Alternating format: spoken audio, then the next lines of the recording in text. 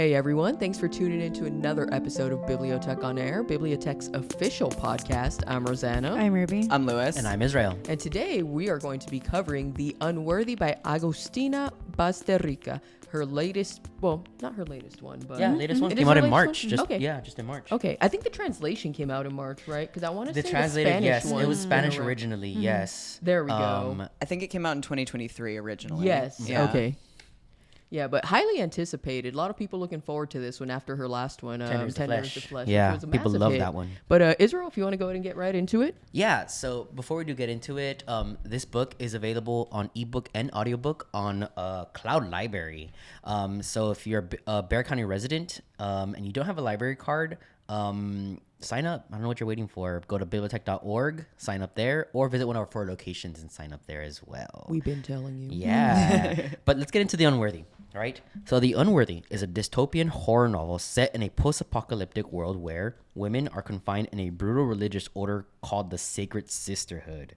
The story is told through the secret diary of an unnamed young woman labeled Unworthy, who documents the cruelty, rituals, and hierarchy enforced by a faceless man deity known only as he.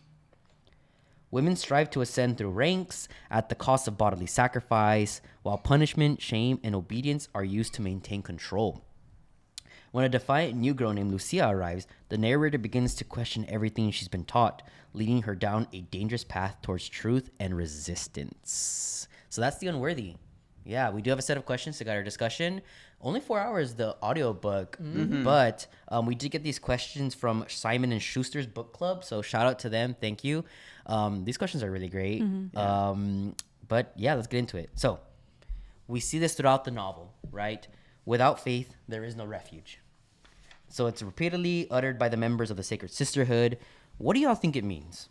So I think it's very much just like a mantra to keep everybody who is in the cult, like being like, okay, the outside world, we've destroyed it. There was like a bunch of climate disasters and stuff that led people to being here and like starving out without being actually, or having been starving and then arriving here as their only place of refuge. And like, even if the world outside is improving, if they keep drilling into their heads, like, this is the only place of safety, and if you forsake us, then you're doomed anyway. Like, Yeah. It's definitely a form of manipulation. Oh, for and sure. Indoctrination, erasing their past. Like we see with the narrator, who's actually not named at all throughout the book.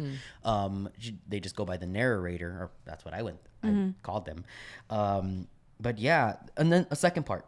So why do you think they decry the erroneous God, the false son, and the negative mother? Brainwashing in a way. Yeah. You know, just kind of get rid of any prior beliefs. Like, this is the new world now. Yeah. Whatever you believed in the past, that's what caused the downfall. Yeah, no other So we're just religions gonna- exist. And it was definitely tied towards like Christianity, mainly talking about Jesus Christ, the Virgin Mary. and there are plenty of characters, girls who are in the cult who like secretly will keep like crucifixes or like draw them or something like that, because even if they don't have like the best memory of their time outside of the cult, they still hold on to that religion, and you know, they're obviously going to do everything they can to oppress that and you know, make people forget about actual Christianity or Catholicism or whatever religion was they followed before. Yeah. It's kind of similar to like how when, I guess, the colonization of the New World and seeing how they tried to quash those cultures and just completely erase anything about them. You would you read about, like, you know, these indigenous tribes, or, you know, like African American slaves, how they would hold on to their culture through their religion, through their spiritual beliefs. They would still practice in secret, and that's kind of Yeah. what that reminded me of a bit. Yeah. Before we get into the next question, I did want to talk about the hierarchy, which I was a little bit confused on, but going further into the book, I kind of got a grasp of it. So we have the Unworthy, right? They're the lowest rank, right? They're basically like the servants. They're forced into harsh labor, constant punishment. And they're also like taught to dream of promotion. Yeah. Right. Yeah. To become Something the to strive for. Yeah, something to strive for, and they want to strive to be the chosen Yeah. or the enlightened. And the chosen are elevated women who undergo ritual manipulation. And there's 3 different like tiers for within the chosen. We have the minor saints, which are blind, their eyes are sewn shut, and they sing divine hymns. All right. Then we have the diaphanous spirits, which is those are crazy. They Like, remind yeah. me of like From Harry Potter. Why am I Dementors? That's how I envision them. No, that's a good. But the diaphanous spirits, they're tongueless and they dance in silent devotion. And then we have 4 auras, which are deaf, and they interpret divine signals. So the chosen, they all symbolize how patriarchal like religions glorify women's suffering and control their bodies. It just takes it to another level, though, like cutting the tongues, sewing the eyes. And it's very much like the speak no evil, hear no evil, see no evil. Yeah. Just gonna say that. And then we have the superior sister, who's kind of like he who must not be named's lackey, just inflicting pain, keeping order in this chaos. It was giving, I don't know if y'all have seen American Horror Story Asylum.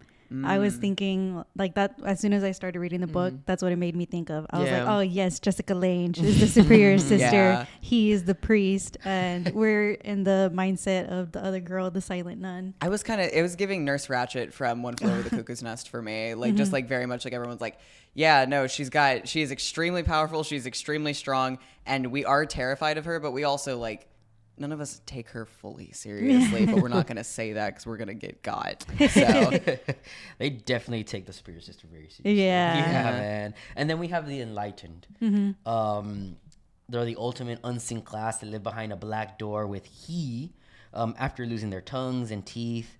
And they're sold as like a reward. Like, this is what you want to reach. And we do find out that obviously the he is, not a good guy. Not a good guy. No. Yeah. Shocker. Yeah. The one male in this whole story. The one male in this whole story just happens to be a rapist. Yeah, like not surprising, but also very just crazy. There's a scene in the very end where the narrator goes in to save Lucia. And you just see them all sprawled there, and that was like, oh man. Yeah, and like throughout the book, you're like, oh man, all of these like chosens are like being murdered, and it's being taken out on the unworthy because it's like, oh, one of you must have murdered them. No, it's because he's either, at least the way that I saw it is, they're disposing of them because they got pregnant. Mm-hmm. Yeah. Yes. And it's just like, yeah, no, they're blaming it on the unworthy because like literally if that secret got out, everything would fall into chaos. So yeah. Which it kind of did towards the end a little definitely, bit. Yeah, definitely. But on the topic of the enlightened, so why do y'all think the narrator wants to become one of the enlightened? Like, after seeing all this punishment and harm be done to her and her sisters, why do you think she and the other members of the sacred sisterhood so readily accept the authority of the superior sister and the mysterious he? And what roles do punishment and self-flagellation play into their devotion? I think you go ahead. It's like another form of control. It's like give the people definitely. something to like strive for, to be Aspire better to. for, so that way they can like choose it themselves. It's not like they're being told to do these things, these self-mutilations. It's like, no, I'm going to do it to myself because I want to become more enlightened. Everyone wants to be seen more powerful and reach that hierarchy. I want to be her. Yeah. It keeps them keeping each other down. Yeah. If they're like, well, I'm striving for a higher position, and the only way to do that is to prove that not only am I more self-sacrificing than the others, but sabotaging the other girls. And it keeps them in line because instead of realizing that this is like messed up, they're just like, well, Lourdes is being mean, and she's trying to like sabotage Lucia's chance at being enlightened. So they just kind of get into like internal like infighting basically. That lack of sisterhood, like, because there's going to be unity if everyone's not trying to constantly punish each other, It's You're so right, going to cause bestie. dialogue. It's going to have people be like, hey, there's something not totally right here. No, if you pit them against each other, then you kind of avoid that. So Yeah, definitely. And so this world that the unworthy takes place in, it's post-apocalyptic, right? We get inklings as to what happened. It was like a global climate crisis, that something like that happened. We hear that there's acid rain. So from reading, what do y'all think exactly happened to create this dystopian hellscape? society. Yeah, the climate change. Yeah, I think that, like, listen, I'm not about to get on my AI soapbox, but it is mentioned in the book. Definitely. That, like, at least it was not the root cause of everything happening, but it was something that people before climate change, like, completely like wiped out the internet as a concept and like the grid as a concept. It was said that like before there were people who like technocrats who were very obsessed with AI, and they're like, this is the future, this is the only thing that can save us. And it's like depicted as like Athena, like a woman, like their AI is like depicted as like a woman with an they owl start on her praising shoulder. these different types of gods, you know, in this post-apocalyptic world, which is very interesting. I feel like that was at least part of the downfall, is that they were focusing a lot of their time and resources into something like AI, which is very poignant for a writer in the 2020s to be writing about, you know? Yeah, and so if the internet went down permanently, like tomorrow, right? How do you think it would impact our lives? I mean, it would definitely send people into disarray. Yeah. Yeah, So many people chaos. are so dependent on the No more internet. TikTok? We'd be out of a job. You saw what too. TikTok list 24 hours did. Exactly. Yeah. Yeah. And Not even worse, there 24 won't be hours. It's red like note. 12. Yeah, it's like Yeah. You know, it would really create a lot of disarray. There's a lot of reliance on the internet for information, because it reminds me of, this question reminds me of another book called Station 11 by Emily St. John Mandel. One of the characters there has access to the internet even in the aftermath, because like he started saving a bunch of data, and that allowed him to become enlightened in a different way, right? And so that's very interesting that even in that story, the internet still played a big and pivotal part. But over here, I mean, they got no access to internet. These people are making up hierarchies. Yeah, you and know? the internet's been gone for a while in the story, because like her mother, but like before she makes it to the cult, the narrator's mother had remembered like when the internet went out forever, you know. So like this has been happening for like generations, and people are just really holding on at this point. Yeah. Shifting over to a different character, right? Lourdes. So what did you think of the character Lourdes, and why do y'all think the narrator like hated her so much? I think she was really representative of that, like I was saying, like kind of like the pecking order sort of thing, where like she wants to be enlightened, or at the very least she doesn't want to see her fellow sisters like getting ahead. And she's like very cliquey. She has like kind of her posse almost. And I feel like she's just representative of that sort of thing, and I feel like the narrator just, you know, despises that about her. I think you also need that like kind of common enemy between each other as well. Like, no, she's bad. No one wants to be like her. I don't know. That's what I got from her. Kind of like, instead of singling out the big bad, which is Mother Superior it's like, and the man. Yeah, find someone else like like kind of on your level to hate. Yeah. Yeah, definitely. You know, one thing that's interesting is that even in post-apocalyptic worlds, right? And we kind of see it everywhere, even with 8 Billion Genies, where we saw the like different groups of people create their own utopia or even their own dystopia, right?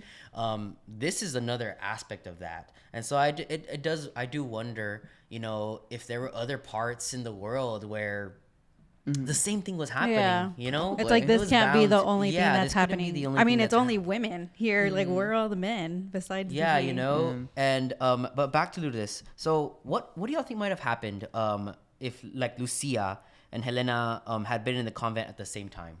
Or I guess not back to Lourdes, but let's go to Lucia. What do y'all think, you know, because Helena, we do see that she was kind of Lucia of before, and then Lucia comes and reawakens the narrator, right? I wonder what that dynamic would have looked like. What do y'all think? I feel like they probably would have worked together in a sense. I feel like Lucia just has this kind of like untouchable sort of energy to her, where she's just definitely. like, I'm here in the situation. I'm in control of the situation. I know, like, I'm going to save these people, like very Messiah type. And I feel like Helena is a sort of like proto Lucia, where she's like, okay, like I am kind of seeing how like things, like the cogs don't really quite fit together. Yeah. But I feel like she would not have been able to be Lucia, because I feel like maybe she was not quite there. She's a Yeah, baby definitely Lucia. not. Yeah. You know, pre-Lucia. because we do see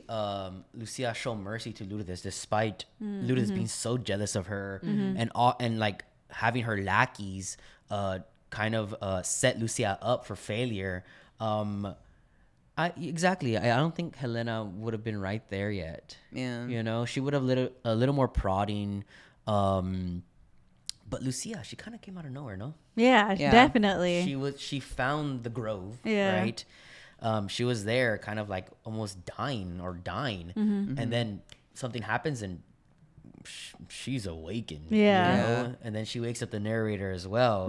And so she's described almost like as saintly and carnal.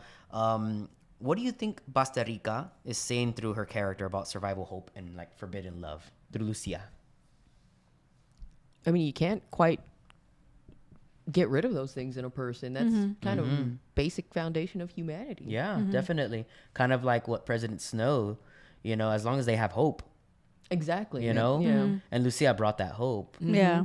Yeah, exactly. It's one of the basic fundamental things of like humanity. You know, as long as we have hope, you know, there's a chance. Yeah. I just wonder if maybe Lucia, did she escape at some point? Did she have some type of information? It sounded like she had some type of divine, like like the wasps. I had a question for you all, actually, like a side note. Do you guys think that there was actually something like divine Magical? about her? Or do you think that it really was just a bunch of coincidences, you know? Because it felt like she had a very like literally like came down to save these people, very Messiah sort of type of thing. The wasps not stinging her, but like following her walking on the hot embers and not getting any burns. Like, I would believe that she's like genuinely got like some kind of like divinity about her. Yeah, and that must have thrown the superior sister and he into disarray, because like in comes this woman who's basically looking like God. Yeah. You know? Yeah. And they're over here faking things. And then this lady is like, oh shoot, she's not getting burned, the wasps are not stinging her. What do we do? Yeah. Oh, let's make her an enlightened. Yeah. You know? I think it could be a combination of coincidences, but also maybe delusion on their part, because they're starved. These people are starved, and we're also So they're probably just like looking It to could also be anyone like- for some kind of grace. Yeah, you know, it could also be like I forgot what the term is, but it could be like the fallacy, like from the perspective of the narrator. Yeah, the unreliable Unreliable? There you go. narrator, which is very possible, like you said. Could there be some kind of divinity to her? I mean, sure. Yeah. But like you said, the narrator, she's starved. She's in this dark place. She loves her. That too. Yeah. And then so how do y'all did y'all see their relationship going there? Yes. Yeah. It's kind of one of The those. narrator? It's the classic trope And of they like were you hate roommates. someone so much, and then you have to take a step back and be like, why am I projecting? Why do I hate this person Yeah. so much? I think it was very much also very well built up to, because the narrator several occasions is like, I'm talking about the superior sister, I'm talking about Lourdes, and I'm like, and she's talking about them in like a very like, they're very powerful, they're terrifying, they're beautiful sort of way. Yes. And just the entire time They're beautiful. yeah, like very much talk, like you could take that as kind of like a religious fervor or like terror, Yeah, but I yeah. also took it as like she's probably attracted to a lot of the girls who are there, you know? And then, you know, the amount of attention that Lucia shows her. You know, I wonder like I wonder if there's any depth to how he selects the enlightened, those he chooses to like have relations with.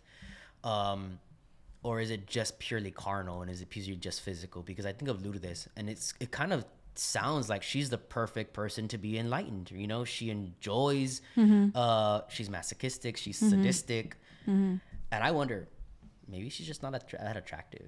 That's a good I think point. it falls You know? down to a lot of that, Maybe like he just- the Yeah. attractiveness. Maybe he just the didn't like her. submissiveness. Maybe he just didn't like Yeah. it. Didn't like because, redheads. It's like, He it's did like this like- perfect candidate, you know, Yeah. that kind of like follows all the rules in this Yeah. messed Well, up no, religion. I mean, maybe what if he left her there, like to like get Marinate. the other girls Yeah. to want to Oh, be the good point. enlightened? Like Yeah. they need like that That's a very good- motivation, Yeah, you know? that's true. So he's like, I'm not gonna give it to her. Yeah. Let her strive for it. Nah, So he the doesn't. other- He just doesn't like pick Interesting. me's. Yeah. I will also say, I feel like in that choice where he's like, okay, well, an enlightened has died, so now I need to like replace it. I feel like he did see in Lucia an opportunity to kind of like see like, oh, there's someone who could be a rival to me. Yeah. And I need to break her spirit. Yeah. Yeah, just to regain that control. Like, Yeah. oh, see, Yeah. she's giving these women hope. Let's take that back. Yeah. Yeah. She's turning these girls gay. I don't I don't want them putting chemicals in the water. I don't want them putting chemicals in the creek of madness that turn the girls gay. So let's talk about doubt, right? The theme of doubt. What role does it play in the novel?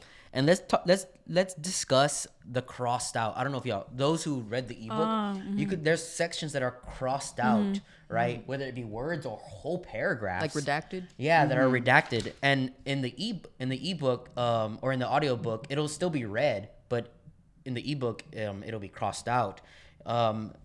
You said it was read in like a whisper, right? Yes, it was very some parts, yeah. In the audiobook, whenever there is a passage that is struck out or a word that is struck out, the narrator would do this kind of like terrified whisper, like kind of like, this is what I am saying, but like on the inside I'm saying this. That's cool. I wish I heard that. It was very well done. I think that was the best way they could have possibly taken that. Like the audiobook is really good. Yeah. Damn. It really sucks you in because, like, seriously, like this is a very like stream of consciousness, very like intimate writing style, which is so good. But it sucks you in, and especially the girl who is the lady who's narrating it for the audiobook is very kind of like frantic and has like this kind of like fervor about her voice. Yeah. So good. It's so good. So what is like the crossing out of certain like words or paragraphs? What does it reveal about the narrator's psyche? She's not doing well. Yeah. I mean, it's like your journal, babe. Why are you gonna cross out for your own eyes? Well, no, I mean, she was like scared. Like she obviously had to hide this. She couldn't write. She used her blood sometimes as ink to be able to write. Yeah. So I think she was just in that. She was in a lot of fear, obviously. Yeah, and blood loss probably. You know, it's kind of anemic. One of the before we move on to the next question, I want to talk about a scene. So it's from the narrator's past. It's when it's her and Cersei, and they go to a house, and then they see this woman feeding a rat. The rat. What is that scene? What is that? Is that real? Or I have no idea if it is actually real, but I would believe that it is. I think that it is a really good representation of the fact that like this world is not ours anymore. You know, like this is not a world that is made for human beings anymore. This woman has probably been like starving, thirsty, delirious, and all of a sudden this monstrous rat-like creature is just like coming up to her, and maybe she had like a child or something before, and in her delusion she's just like, oh yeah, I'm gonna like breastfeed my child or something, or she's like just given up on life in general and it's just letting a creature that has inherited the earth feed off of her. Oh, I like that. A creature that's inherited the earth. Yeah. Oh, I love that. Yeah, that scene really... It's so messed up. I loved it. I loved it. I think it can kind of go both ways because you see the compassionate and the reliance, the kind of like, you know, the friendship and family that... like the good side of it with Cersei and the narrator. Yeah. But then you see the horrible other side of it, which is... that. So I think it's just kind of like seeing like you can go to end up on either extreme. She looked at Cersei like, don't get any ideas. Yeah. Cersei looked at her like, don't get any ideas. Yeah. You know, maybe it was like a foreshadowing to what was going to come for the narrator, but like, hey, you're seeing this, get ready. Yeah, you're about to, you know, ride a roller coaster. Yeah. It's going to hit the fan. Yeah, man. But let's talk about the ending. Right? Lucia and the narrator fall in love. They go to the woods or the woods crossed out. The thicket. The thick of Yes. Into the thick of it. And Lucia is chosen as an enlightened, right? For whatever reason, whether it's to regain control, for he to regain control, or he just liked her, she is chosen as enlightened. And the narrator is like, oh, I can't. I love this woman. I'm concerned about this. And so she breaks into the room and she sees the scene that I had mentioned earlier. There's women there, the superior sister's there with her back turned. She has the whip, you know, and she grabs something. What her is knife. She has like a knife. Yes. And she stabs the mother superior. Stabs her, and she's like, let's go. And then even in that fight, right, there's still some of the enlightened there who are pregnant. They fight back. Yeah. They're like, basically saying like, what the heck are you doing? Like, no, like blah blah blah. Yeah. They knew, you know, they understood the assignment. they were indoctrinated to the point of no return. Yeah. Well, were y'all surprised about what he was doing? Were there any cues? Yes. Yeah. What do y'all think? There's that moment where, like, right before Lucia gets chosen as an enlightened, where they come across one of the chosen just dead, like with her eyes just like wide open, and she has blood pooling from her legs, and it's like that both Lucia and the narrator kind of like look down at this, and they kind of like share a look with each other, and it's like we've been seeing the chosen like dropping dead a few times during the book, and there is a scene from the narrator's past where she wakes up with blood between her legs, kind of implying that she describes like right before that, and it's you kind of start putting the pieces together, like what are they doing behind closed doors? Why are so many of them dropping dead? Why do they keep talking about the fact that they're like that they can like it kind of looks like they're pregnant, Yeah, definitely. So what did y'all think about the narrator's decision in the final scene, right? To stay back and to fight off the superior sister coming at who's coming at all of the unworthy coming at her, and she tells Lucia, "You go," and she tells some of her sisters too. Well, yeah, because when they see them running out, they follow along with them. Some of them are like, "Oh my God, we're getting to escape this place." Yeah, and she's like, "If you stay here, you're going to die. You are going to die." Right? What do y'all think about that? I thought it was great because it was kind of like building up to the narrator having that moment of redemption. Yeah. Like she's, again, finding herself. She's become more compassionate. She's getting that kindness back, that understanding. Yeah. And in that moment, she's like, I need to save Lucia. Yeah. And the only way that can happen is, if I give her a valid chance at survival. Because she already knew she was going to die. She got attacked by the girl. She got stabbed by Mother Superior, Mother Superior.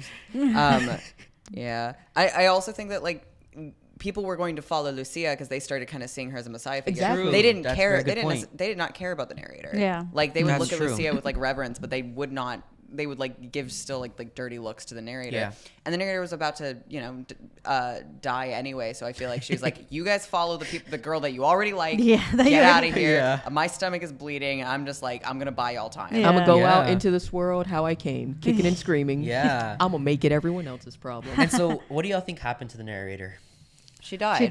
Oh yeah, I think so. I think she did exactly. I think she definitely died. I think she did exactly what she set out to do, which was I'm going to take all these pages, I'm going to put it in the tree that was like my special place with Lucia, and either it becomes part of the tree or somebody finds these later, and I'm going to go out there and I'm going to like further slit my stomach and I'm going to let my blood like nourish the ground, and I think she literally probably did get I don't know if they ended up catching up with Lucia. I like to think no, but like I think that the narrator did exactly what she set out to do. Yeah. I like to think that like yes, she did die, but at some point Lucia was able to go back, maybe find her body or find the pages, and just kind of give her like that proper ritual, like maybe give her that burial the way or they something, did for you know? I would definitely like to think that, because also like her manuscript, how does this? I mean, it's a little bit, like, what is the word? Meta? I'd like to think it's like a little bit meta, because like, how does this manuscript found? How was it that we're able to read it? So it could be that Lucia went back. It could be that someone found it. Maybe we are roots of the trees and we're absorbing the words. Yeah. All I know is I would have, but he would have chose me as an enlightened for sure. Yeah. Pick me. Yeah. Pick me. Sorry. I'm just saying right now. Yeah. But are there any, before we close, are there any scenes that y'all want to talk about that really stuck with y'all? Very briefly. Just all the nipple stuff. Oh my God. that was so. Yeah. It's pretty jarring. This book. One of the scenes that I really liked was the rat scene with Lady. But I also really liked when Lourdes was hung. Yeah. Not necessarily because I liked it, but like what came after. Significance came of after, it. and they have an exchange, Lucia and the narrator, because the narrator poisoned this lady Lourdes to go crazy, and so she goes crazy, and there's like an unspoken moment between Lucia and the narrator where they're like, this happened because of you, like she got hung because of you, and then they give her a proper burial. Yeah, but she still did it like the narrator too was like, I'm surprised like Lucia's not looking at me like any different as well. That was a turning point there where she was like, I don't know. But yeah, that was a really nice scene, the way they like dug with their fingernails trying to bury her in there. They had to clean it because the next day and their dresses had to be like dry. if I can just speak a moment on like how it's written, as opposed to like the scene. I described this book to my partner when I had finished reading it as like religiously putrid. And like, because it's just very much like this book, especially at the beginning when she does not have hope from Lucia yet. This book just got under my skin. It literally felt like I had dirt under my fingernails the whole time I was reading it. That. Like, it's just, it is written in a way that like is very like has that kind of like religious fervor. Yeah. But like it applies that same thing to both a religion and then also like she sees a bird corpse being eaten by ants on the ground and she will give it like that same like sort of like divine weight. And it's this exact sort of thing where I'm like, okay, I can see why this is appealing to her. Don't talk to me about it. I hate this. Like it gives me, it's beautifully written. Yeah. It gives me the creeps. Yeah. Good job, Agustina. I've had a nightmare exactly like this. Yes. In my past. Interesting. Yes. So I finished reading it. I felt the way I felt after having a nightmare. I was like, let me watch some TikToks. It's 4 hours, but it is an intense 4 hours. It is. The descriptions, the way she writes it, though, it's almost like poetry. It's like there's beautiful. one part where she describes you're right. like, you're right. where the narrator's talking about how like the woods aren't just the woods, it's its whole world, its whole ecosystem. And that description is just absolutely beautiful. And then also like when she describes the love between her and Lucia. Oh my God. Like yeah. it's just, there's of course the wretched parts, the absolutely The spicy disgusting scenes. but Yeah. but like the way she describes nature and just like the beauty of the world, it's Yeah. yeah. All right. So let's get into our ratings for The Unworthy by Agustina Bazterrica. Louis, what would you give it? Out of 10. Okay. I will have to give it a 9 out of 10. It is super not my cup of tea in a lot of ways, but it is also so gorgeous that every time I was disgusted, I was also enchanted. You know? Gotcha. Rosanna. So at first it did take me a while to get into it because it just seemed incredibly repetitive with the rituals and like everything going on. But it does pick up very much when like Lucia's introduced, even a little bit before that. So understanding how much the ritual and like the repetitiveness does play into the cult mindset and having all of it kind of tying together and having a chance to think about it. Sorry, I'm rambling. I think I'd give it like a 7.5. 7.5? Yeah, because it was, again, that first part is a little tough to get over, but everything else, it's absolutely worth it. Yeah. Nice. Ruby? I think I would give it an 8. At first, I didn't like it. I was like, this is weird. There's no chapters. I just feel like I'm reading a long Reddit post. But at first, I didn't like it. But like after now, like reveling in it, and I was like, oh, it reminded me of one of my nightmares. Like I like rereading that. Yeah. I like it now. So I give it a solid 8 out of 10. Nice. I want to reread it and listen to the audiobook at the same time. I kind of want to give it a try in Spanish. Yes. Same. I was just thinking the same thing. Beautiful in English, then I imagine. Can you read it out loud for me in Spanish? Yeah. Aquí estamos. I think, I'm pretty liberal with my ratings. I easily give things like 10 out of 10s, 9 out of 10s. But I kind of want to take a little bit, be a little bit more deliberate. I do like that the stream of consciousness. I guess I'm just learning that I love books like that because Severance I liked, which a lot of people didn't like. I would say 10 out of 10. Yeah. Surprise. We deliberated about it this time, though. All right, so this is actually Israel's 10th 10 out of 10 rating. That is, it's just a very beautiful book. Yeah. Because, again, I love the continuous writing. I love the diary perspective. I even love that we don't get much of what happened to the world. Yeah. Yeah. I mean, I like- like that. It leaves me wondering. It leaves me like when we do get an inkling of like, okay, there's acid rain or it's something due to climate change. You know, I'm like, oh, Yeah. that's very interesting. You know, like even the ending, it was incredibly abrupt. And at first it's like, Yeah. wait, that's it. But then you're like, oh, well, Yeah. Yeah, And that's sense, why. obviously. Yeah. And Yeah. it leaves it kind of up for your interpretation whether or not the world is actually healing outside, you know? Yes. And sorry. Nope, I'm not going to go into it. We don't have time. I think I would change my rating to an 8 out of 10. Yeah. Talking about you it. know, I Yeah. was You're like gonna- I was unbreakable gonna Kimmy ask. Schmidt. I was Yeah. gonna ask. I was like, 7.5. 8 out of 10. Hello. Yeah. I feel like maybe if you would have taken your time with it, maybe. Yeah. I don't know. You're pretty good. Like, or just reread it. Your reading comprehension is really good. So Your I reading trust a 7.5 out of 10. Alrighty, well that does end our discussion for The Unworthy by Agustina Bazterrica. If you're looking to check this book out, it's available on Cloud Library, an ebook and audiobook. So if you have a BiblioTech card, great, you can check it out. If you don't have a BiblioTech card and you're a Bexar County resident, visit one of our 4 locations or visit our website, bibliotech.org. Claim one of the first tabs right there. Register, you get a library card, a password you create, and then bam, go to Cloud Library. So that does end our discussion today. I'm Israel. I'm Rosanna. I'm Ruby. And I'm Lewis. And we'll catch you on the next episode. Bye. Bye. Make sure you get your library card before the internet goes away.